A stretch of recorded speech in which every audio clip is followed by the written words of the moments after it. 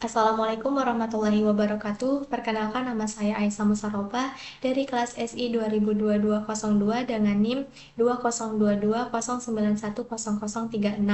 Di sini saya akan mendemonstrasikan aplikasi dari tugas mata kuliah pemrograman web 2. Di sini saya membuat aplikasi penggajian karyawan yang dibuat dengan menggunakan Laravel. Oke, langsung saja kita coba untuk login ke aplikasi penggajian tersebut.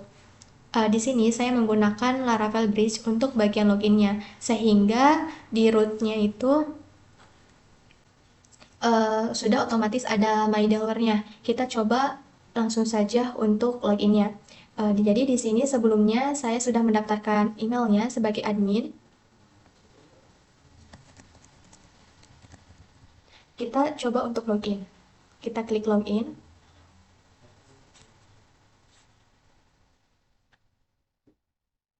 Nah, ketika kita klik login, maka halaman yang pertama kali muncul itu adalah dashboard-nya, yang dimana di dashboard ini kita bisa melihat total jumlah karyawan yang berada di daftar karyawan. Oke, jadi kenapa sih pada saat kita login itu mengarah ke bagian dashboard? Nah, itu karena di root-nya. Di root ini menangani permintaan get ke dashboard, selanjutnya mengarah ke tampilan admin dashboard. Dan fungsi di sini tuh ada fungsi middleware, yaitu untuk memastikan hanya pengguna yang sudah login, dan verified itu untuk memverifikasi email yang dapat mengaksesnya dengan nama root dashboard.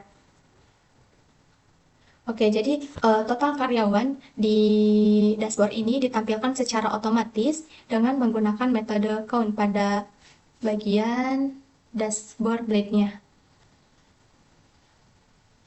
Nah, menggunakan metode count.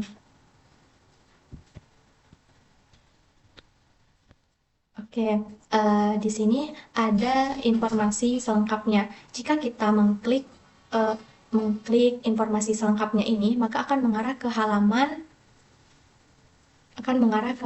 yang menampilkan daftar semua karyawan, yaitu dengan menggunakan root yang mengarah ke karyawan index, yang dimana dalam karyawan controller ini metode index itu untuk mengambil dan menampilkan data semua karyawan. Kita coba untuk mengklik informasi selengkapnya. Oke, dan di sini terlihat ketika kita sudah mengklik informasi selengkapnya itu mengarah ke karyawan indeks, yang dimana isinya itu adalah daftar karyawan. Oke, jadi tadi kita sudah membahas mengenai dashboard. Selanjutnya, di aplikasi penggajian karyawan ini terdapat beberapa fitur. Ada dashboard seperti yang tadi sudah dijelaskan, ada master data yang berisi tabel karyawan, divisi, dan jabatan, ada fitur absensi, fitur lembur, dan ada fitur penggajian. Di mana di fitur penggajian karyawan ini, jika data kita sudah diinputkan itu, kita bisa mencetak PDF-nya, di mana di dalam PDF tersebut itu berisi daftar penggajian karyawan. Di sini saya membuat tabel ini dengan menggunakan migration.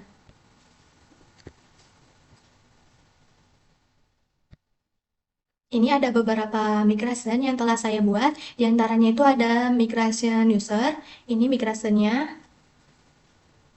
Kemudian ada migration jabatan, ini jabatannya. Migration divisi, ini migration divisinya. Migration karyawan, ini adalah migration karyawannya. Kemudian ada migration lembur, migration absensi, dan terakhir ada migration penggajian. Oke, jadi migration yang telah kita buat ini, kita tinggal lihat di database-nya apakah sudah masuk atau belum. Kita klik database gajinya. Oke, di sini terlihat database-nya itu sudah masuk. Ada tabel absensi, tabel divisi, tabel jabatan, tabel karyawan, tabel lembur, tabel pengajian. Di sini saya juga mencoba menambahkan data dengan menggunakan seeder, yaitu di sini saya mencoba menambahkan datanya itu pada tabel jabatan. Nah, ini untuk seedernya. Oke, selanjutnya mungkin kita langsung aja coba satu persatu fitur yang ada di aplikasi penggajian ini, mulai dari master data. Oke, di sini tuh di master data itu kan ada 3 tabel. yaitu karyawan, divisi, dan jabatan. Ketiga tabel ini tuh saling berelasi, yang dimana di tabel karyawan ini jika kita akan mengisi divisi dan jabatan, kita mengambil datanya itu dari divisi dan jabatan yang telah diinputkan Jadi di tabel karyawan itu kita tinggal memilih saja untuk divisi dan jabatannya. Oke, jadi sebelum ke tabel karyawan, kita coba dulu input terlebih dahulu data divisi dan jabatan. Kita coba untuk menginput data di tabel divisi.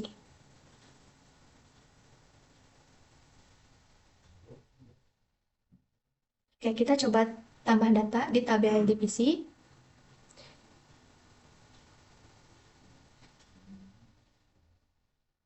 Oke, misalkan kita itu mau menginput nama divisinya itu divisi pengembangan.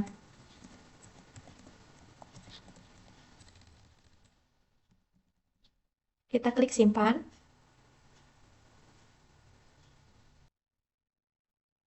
Oke, di sini ada pesan divisi create successful. Jadi di sini kita berhasil menambahkan nama divisi pengembangan. Nah, di halaman ini kita juga bisa lihat detail data yang sudah kita inputkan. Kita coba lihat.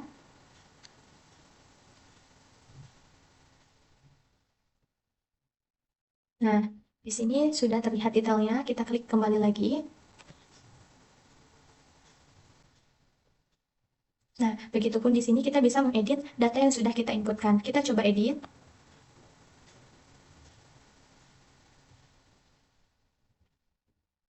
Misal divisi ini kita mau rubah namanya eh, menjadi divisi research.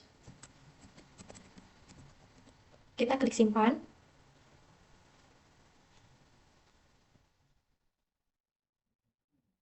Nah, di sini kita sudah berhasil mengupdate atau mengedit data pada daftar divisi. Kita coba untuk menghapusnya.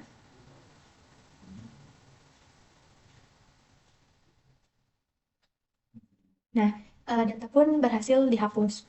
Oke, jadi di halaman indeks ini kita bisa untuk menambah divisi. Kita coba lihat ke yang indeks divisi. Oke, jadi di halaman indeks divisi ini kita bisa menambah divisi baru dengan mengarah ke root create. Dengan setiap barisnya itu akan menampilkan nomor, nama divisi, dan aksi. Aksi tersebut itu termasuk tombol untuk melihat data, yaitu divisi show.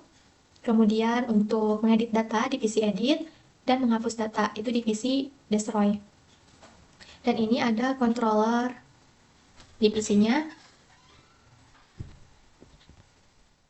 Oke, controller ini itu untuk mengolah CRUD-nya untuk model divisi. Jadi, indeks ini untuk mengambil semua divisi dan menampilkan daftar divisi. Kemudian metode create ini untuk menampilkan formulir untuk membuat divisi baru. Ketika kita membuat divisi baru itu akan disimpan di store. Kemudian di store ini akan menyimpan ke database setelah memvalidasi data. Kemudian di sini tuh ada metode solve untuk menampilkan detail divisi tertentu dan metode edit untuk menampilkan formulir. Untuk mengedit, metode update untuk memperbaharui data divisi setelah divalidasi, dan terakhir adalah metode destroy untuk menghapus divisi tertentu dari database. Dan ini untuk rootnya. Di sini saya menggunakan research. Dengan menggunakan research ini, secara otomatis root untuk operasi CRUD-nya itu sudah terbuat. Oke, selanjutnya kita coba ke tabel yang jabatan.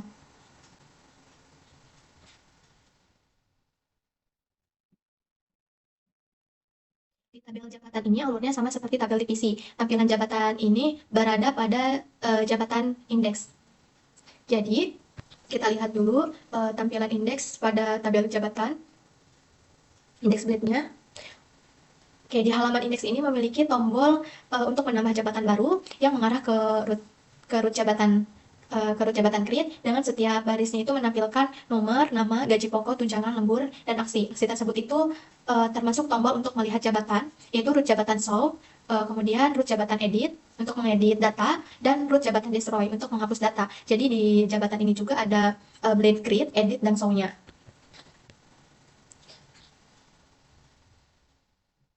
Oke, dan ini untuk controller jabatannya. Kita coba tambahkan data pada jabatan. Tambah jabatan. Oke, misal nama jabatannya itu sebagai staf ahli. Gaji pokoknya itu sebesar 70 tunjangan dan lembur. Langsung kita klik simpan.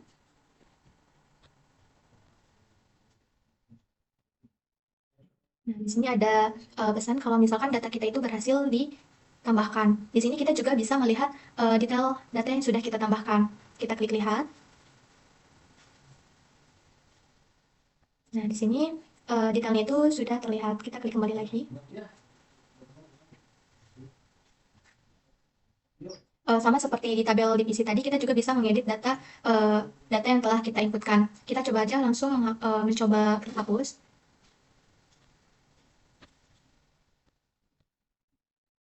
Nah, terlihat data sudah berhasil dihapus. Oh iya, di sini saya juga menggunakan model. Di sini saya membuat model, ada model absensi, model divisi, model jabatan, model karyawan, model laporan, model lembur, dan model pengajian. Jadi, model ini adalah untuk mengatur atau mengelola relasi antar tabel di database melalui metode relasi seperti belongs to, has many, dan ada juga has one. Oke, lanjut saja kita coba ke tabel yang karyawan tadi. Kita klik tabel karyawannya.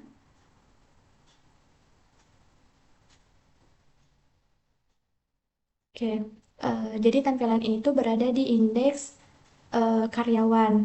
Nah, kita coba untuk langsung menambahkan data pada tabel karyawan ini. Kita coba tambah karyawan.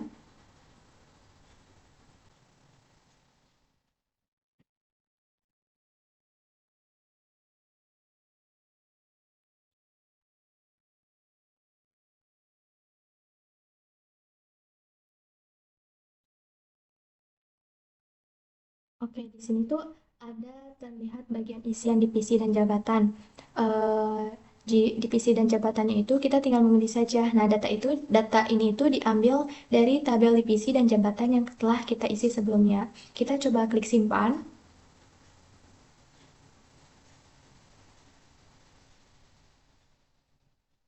Oke, di sini data sudah berhasil ditambahkan.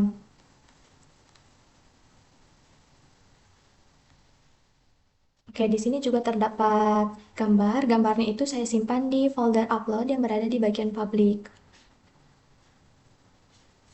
Eh, ini source code ini indeks karyawannya. Untuk di bagian indeksnya itu sama seperti yang tadi setelah saya jelaskan sebelumnya, terdapat tombol untuk menambahkan karyawan yang mengarah ke bagian root karyawan create, dan ada juga yang mengarah ke uh, kepada root karyawan show untuk melihat detail data yang telah kita inputkan. Bisa juga mengedit data, yaitu mengarah root ke karyawan edit dan menghapus itu karyawan destroy, yang dimana untuk create, edit, show-nya itu sudah dibuat blade-nya. Dan ini adalah untuk controller karyawannya.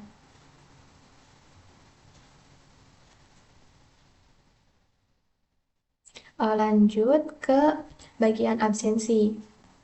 Di tabel absensi ini alurnya sama seperti tadi, kita bisa menambahkan data, melihat data, mengedit data, dan menghapus data. Kita coba untuk tambah absensinya.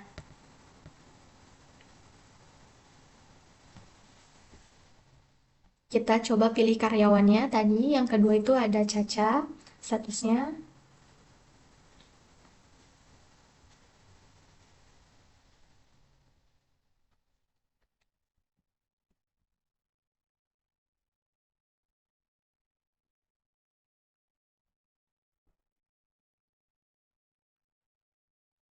Oke, kita klik simpan.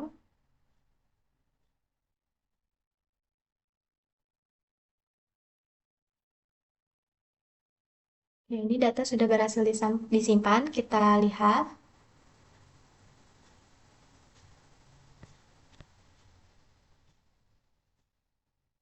Nah, kita bisa melihat detail data yang telah kita inputkan.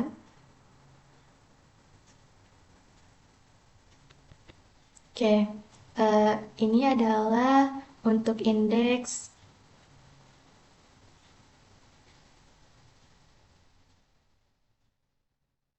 absensinya.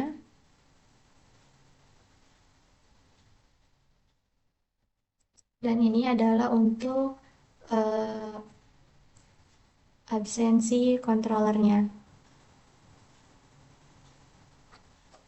Oke, selanjutnya kita coba untuk fitur yang bagian tabel lembur.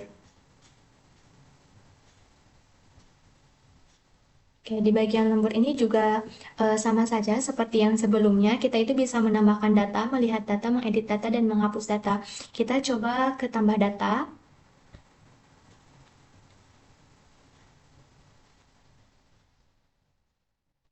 Misal dengan nama karyawan Caca.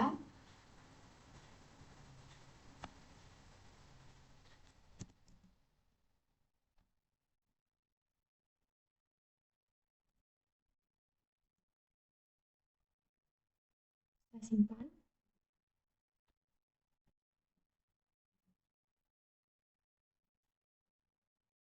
Ya, di sini data sudah berhasil disimpan. Dan ini adalah untuk indeks lemburnya.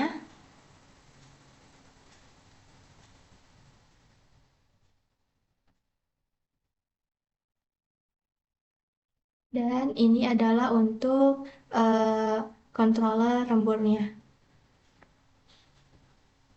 Oke, selanjutnya kita langsung coba aja ke bagian fitur terakhir, yaitu mengenai penggajian.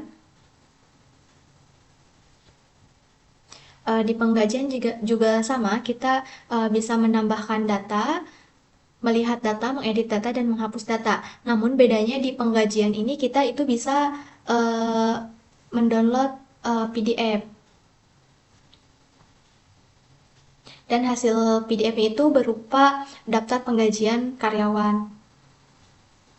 Kita coba untuk menambahkan data karyawannya. Kita pilih yang namanya Caca, today, potongannya 0, kita klik simpan.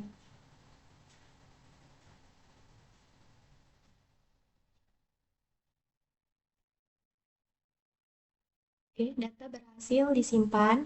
Lalu kita coba untuk mendownload PDF-nya. Nah, di sini sudah berhasil mendownload. Kita lihat. Nah, di sini ada terlihat berupa daftar gaji karyawan yang telah tadi kita inputkan. Oke, jadi indeks untuk penggajiannya itu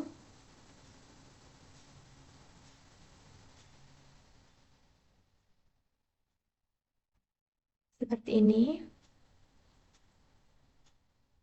Dan untuk penggajian controllernya itu seperti ini. Perbedaannya itu di controller penggajian ini uh, saya menambahkan function download PDF. Fungsi dari download PDF dalam controller ini adalah untuk mengumpulkan data penggajian dari tabel penggajian dan menghubungkannya dengan data ke karyawan dari tabel karyawan menggunakan join SQL. Dan yang diambil itu mencakup berbagai kolom seperti ID, nama karyawan, tanggal, lembur, gaji pokok, tunjangan, potongan, dan gaji bersih. Data ini kemudian diteruskan ke view admin penggajian PDF yang menghasilkan tampilan PDF dari data penggajian. Dan ini adalah untuk tampilan PDF blade-nya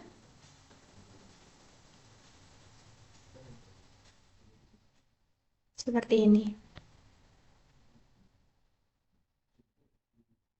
Oke, dan di sini adalah rootnya. Jadi untuk root tabel karyawan, jabatan, divisi, lembur, absensi, penggajian itu menggunakan research. Dengan menggunakan research ini secara otomatis membuat root untuk operasi CRUD-nya. Dan di sini saya juga menambahkan root untuk mendownload PDF-nya. Oke, dan terakhir ini